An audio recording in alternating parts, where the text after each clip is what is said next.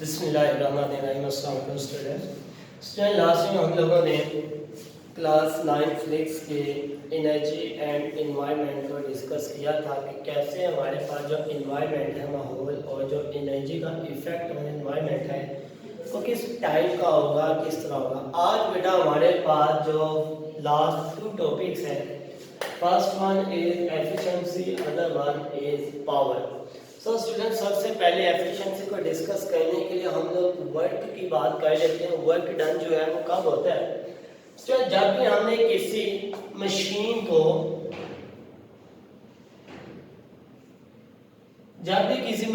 को हमने वर्क करवाना होता है, किसी मशीन से परफॉर्म करवाना होता है, वर्क हम क्या करते हैं, उसे इलेक्ट्रिसिटी जो है वो प्रोवाइड करवाते हैं।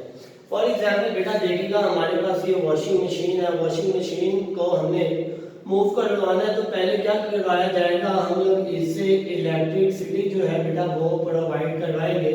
ये फॉर एग्जांपल स्विच है मेरे पास। हम लोग क्या करेंगे कि ये वॉशिंग मशीन है, वॉशिंग मशीन को बेटा हम लोग इलेक्ट्रिसिटी जो है वो प्रोवाइड करेंगे, जिसकी वजह से ये क्या करेगी, हमें जो क्लॉथ्स है वो वॉश करके अवेलेबल करवाएंगे।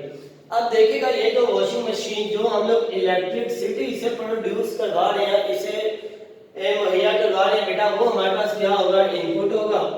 बिकॉज के हम लोग क्या करते हैं, किसी भी मशीन को वर्क करवाने के लिए जो भी चीज अवेलेबल करवाते हैं वो क्या होगा, हमारे पास वो इनपुट कहलाएगा।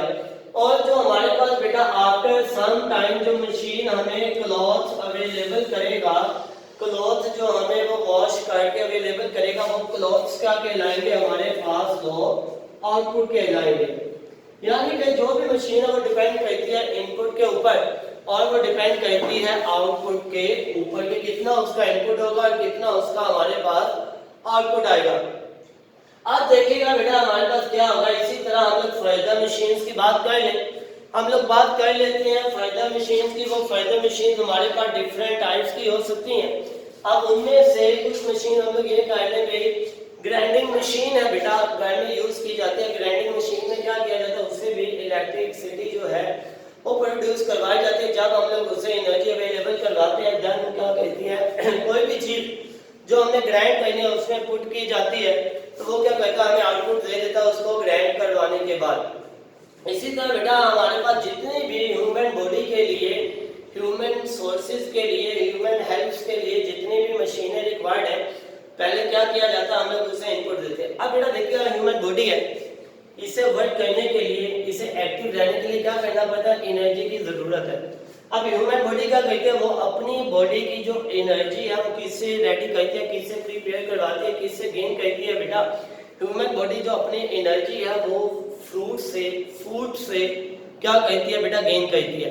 अब हम लोग क्या करते हैं, जब हम लोग ईट करते हैं ना बेटा फूड को, तो हमारी बॉडी में क्या आ जाती है, एनर्जी आ जाती है। जब बेटा बॉडी में एनर्जी आ जाए तो हमारी बॉडी के अंदर वर्क करने की जो कैपेसिटी है वो भी क्या करती है, वो भी बढ़ जाती है। और हम लोग क्या करते हैं, इजीली अपनी बॉडी से जो भी एनर्जी है वो अवेलेबल करवा लेते हैं किसी भी काम को परफॉर्म करवाने के लिए। तो बेटा ये क्या कहलाती है, हमारे पास एफिशिएंसी कहलाती है। फॉर एग्जांपल बेटा अगर एग्जांपल देखिएगा, 2 स्टूडेंट्स हैं। अब दोनों स्टूडेंट को एक जो टीचर है, एक उस्ताद जो है वो टीच करवा रहे हैं। अब क्या होता है, फॉर एग्जांपल ये एक स्टूडेंट ए है मेरे पास, एक स्टूडेंट बी है। जो टीचर उनको टीच करवा रहा है वो सेम टीचिंग मेथड है, ना तो इसके लिए चेंज ए के लिए ना बी के लिए चेंज है। लेकिन जब रिजल्ट आता है तो एक क्या करता है, हमारे पास मार्क्स जो है वो ज्यादा गेन कर लेता है और दूसरा क्या करता है, हमारे पास मार्क्स कम गेन कर लेता है। अब जो टीचर की एफर्ट है बेटा वो क्या है, वो एक इनपुट है जो दोनों स्टूडेंट्स के ऊपर इक्वल है, जो दोनों स्टूडेंट के ऊपर सेम है। लेकिन जब रिजल्ट आ रहा है, जब आउटपुट की बारी आ रही है बेटा, एक क्या कर रहा है, ज्यादा मार्क्स इंक्रीज कर रहा है और एक के हमारे पास बेटा क्या आ गया है, कम मार्क्स आ गए हैं।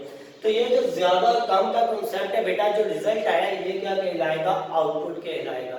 क्लियर है? अब बेटा ये जो इनमें डिफरेंस है ना, इनपुट हमने जितना दिया है उसके रिलेट हमें आउटपुट मिला है, इस मेथड को क्या कहा जाता है, इसको कहा जाता है एफिशिएंसी। बेटा इसकी डेफिनेशन क्या होगी, रेशियो बिटवीन, कि हमारे पास रेशियो होगी किसके दरमियान है, energy obtain from system as output, कि जो सिस्टम को से हमें आउटपुट मिल रहा है वो क्या होगा हमारे पास, उसकी ratio two the input.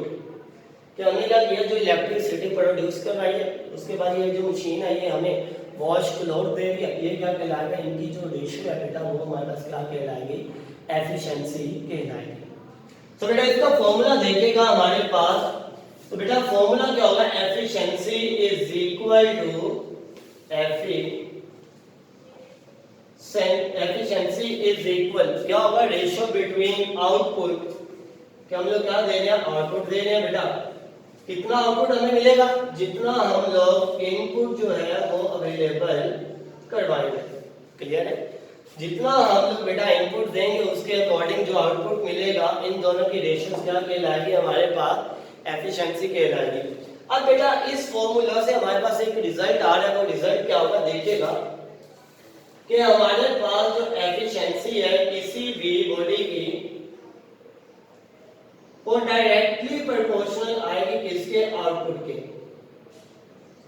Means अगर बेटा हमारे पास आउटपुट जो है वो इंक्रीज करेगा, देन जो एफिशिएंसी है वो भी क्या करेगी, इंक्रीज करेगी। और अगर हमारे पास आउटपुट जो है वो डिक्रीज करेगा, देन एफिशिएंसी भी क्या होगी स्टूडेंट्स, वो भी हमारे पास डिक्रीज करेगी। यानी कि ये दोनों में डायरेक्ट रिलेशन आ चुका कि एक चीज को इंक्रीज करेंगे आउटपुट को, तो एफिशिएंसी जो है किसी भी बॉडी को इंक्रीज करेगी, और हमारे पास अगर आउटपुट कम होगी तो एफिशिएंसी भी क्या होगी बेटा, हमारे पास कम होगी। अब हम लोग बात करते हैं बेटा हमारे पास परसेंटेज एफिशिएंसी पर, कि हमारे पास अगर 100% या कुछ परसेंटेज हमें एफिशिएंसी की कैलकुलेट करनी है, तो उसके लिए हम लोग क्या फॉर्मूला यूज करेंगे। स्टूडेंट देखिएगा हमारे पास नेक्स्ट है परसेंटेज एफिशिएंसी।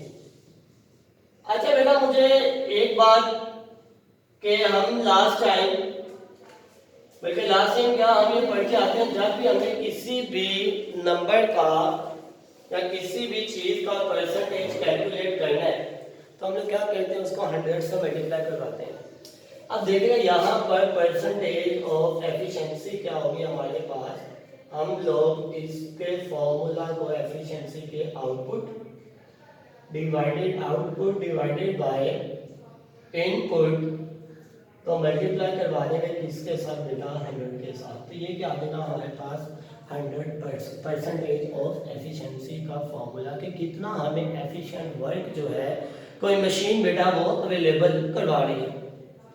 तो यहाँ से देखिएगा अगर बेटा फॉर एग्जांपल कोई भी बेटा, एक बात याद रखिए, कोई भी जो मशीन है या कोई भी हमारे पास इंस्ट्रूमेंट है वो कभी भी हमें 100% एफिशिएंट रिजल्ट नहीं देगा।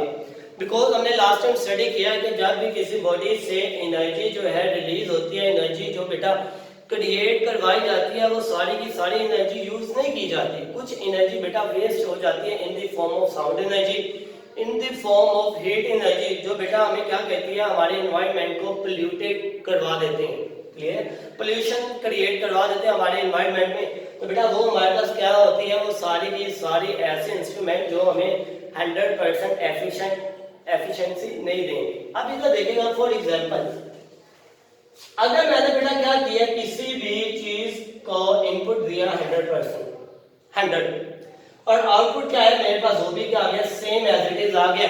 अब उसके हमें परसेंटेज कैलकुलेट करेंगे 100 से मल्टीप्लाई, तो देखिएगा 100%, तो बेटा ये ऐसा रिजल्ट है जो कभी भी हमारे पास 100% एफिशिएंसी रिजल्ट नहीं देगा। बिकॉज हमने ये पढ़ लिया है कि कोई भी हमारे पास फॉर्म ऑफ एनर्जी जब एनर्जी प्रोड्यूस करवाती है, कुछ एनर्जी जो है बेटा वो क्या होती है, वो वेस्ट हो जाती है in the form of sound energy, heat energy, और वो क्या करती है हमारे पास हमारे एनवायरनमेंट को भी पोल्यूटेड करवा देती है। तो बेटा ये हमारे पास कॉन्सेप्ट था एफिशिएंसी का। आई होप कि आपने क्लियर कर लिया होगा। अब बेटा हमारा लास्ट टॉपिक है इसका 6.9 पावर। तो बेटा अब हम लोग बात करेंगे पावर क्या किसे कहा जाता है। पावर बेटा पावर कहा जाता है किसी भी बॉडी के वर्क करने की कैपेसिटी को। ठीक है, कोई बॉडी है वो कितना अच्छा वर्क जो है वो परफॉर्म कर सकती है, तो क्या होगा हमारे पास बेटा ये आएगा the rate of doing work, the rate of doing work is called power. कि हमारे पास क्या होगा कि किसी भी बॉडी का वर्क करने का जो रेट है वो क्या कहलाएगा हमारे पास, वो बेटा हमारे पास पावर कहलाएगा। अब इसकी एग्जांपल देखिएगा। फॉर एग्जांपल मेरे पास 2 पर्सन है बेटा, फर्स्ट पर्सन और मेरे पास सेकंड पर्सन। अब इन्हें टास्क दिया जा रहा है, क्या कहा जा रहा है, फर्स्ट पर्सन को बेटा कहा जा रहा है कि ये जो बॉक्सेस हैं इन बॉक्सेस को इसने क्या कहना बेटा यहां से मूव करवाना है, यहां से मूव करवा के एक पोजीशन से दूसरी पोजीशन तक शिफ्ट करवाना है।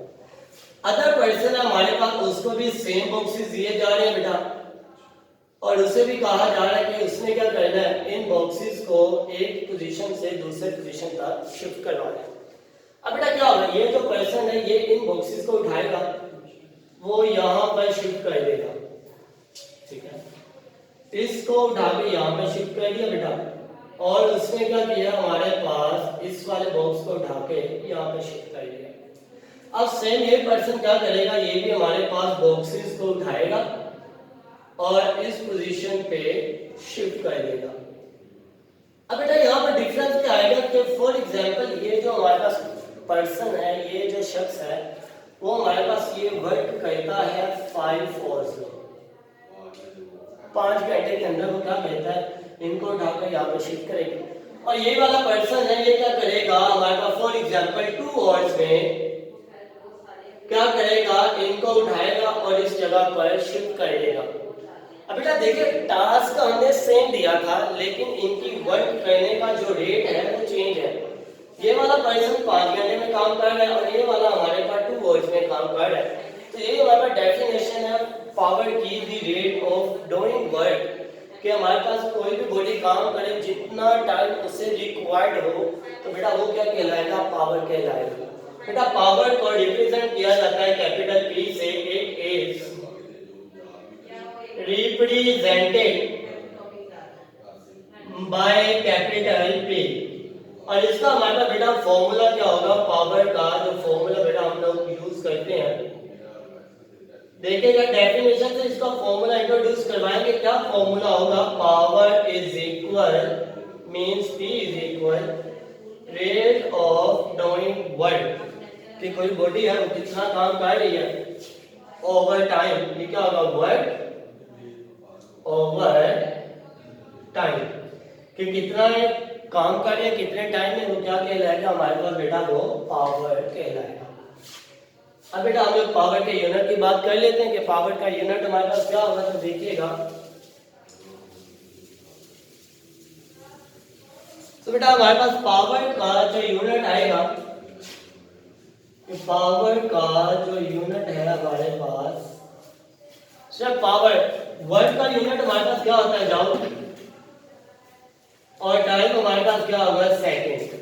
तो हमारे पास ये आ जाएगा जॉल पर सेकंड, मींस ये क्या होगा, पावर हमारे पास बेटा ये हमारे पास आएगा वॉट के इक्वल, वॉट इज इक्वल जॉल पर सेकंड, ये हमारे पास बेटा इसका यूनिट आएगा।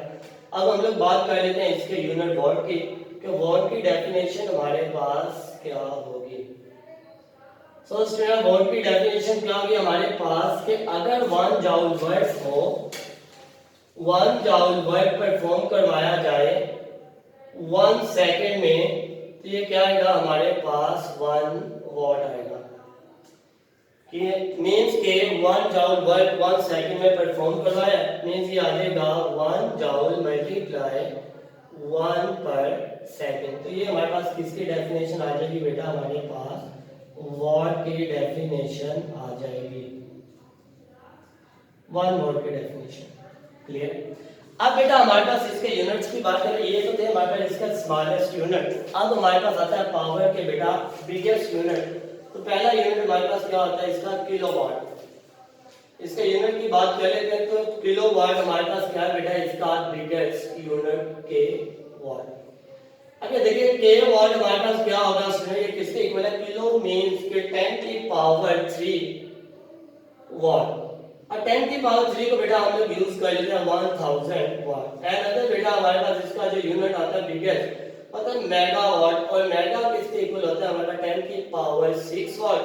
और 10 की पावर 6 को हम लोग बेटा यूं मेंशन कर सकते हैं। तो ये देखिएगा ये हमारे पास जितने भी यूनिट्स हैं ये हमारे पास क्या होते हैं, इनके बेटा हमारे पास एमसीक्यूज के तौर पर यूज किए जाते हैं।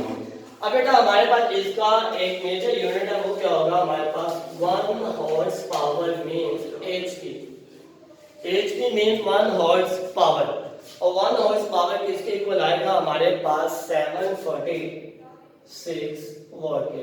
बेटा ये जो हमारे यूनिट्स हैं ये आपने एमसीक्यूज पर्पस के लिए जो है वो प्रिपेयर करनी है। और बेटा इसके बाद आपने ये हमारे पास बेटा चैप्टर नंबर 6 का आज जो था लास्ट लेक्चर था। अगर बेटा इसकी डेफिनेशन में फॉर्मूला में यूनिट में अगर आपको प्रॉब्लम हो तो आप लोग अपने व्हाट्सएप ग्रुप में मैसेज करके प्रॉब्लम जो है वो क्लियर कर सकते हैं। नेक्स्ट इंशाल्लाह बेटा हम लोग इसके न्यूमेरिकल्स करेंगे। और बेटा ये अच्छे तरीके से आपने कहा मैंने इसकी डेफिनेशन बेटा और इसके फॉर्मूला सिमिलर आपने पावर की डेफिनेशन, पावर का फॉर्मूला, पावर का यूनिट और वॉट की डेफिनेशन बेटा। और देन हमारे पास एमसीक्यूज के लिए कि kilowatt, mega and 1 HP house power किसके इक्वल होगी। ओके बेटा, अल्लाह हाफिज़।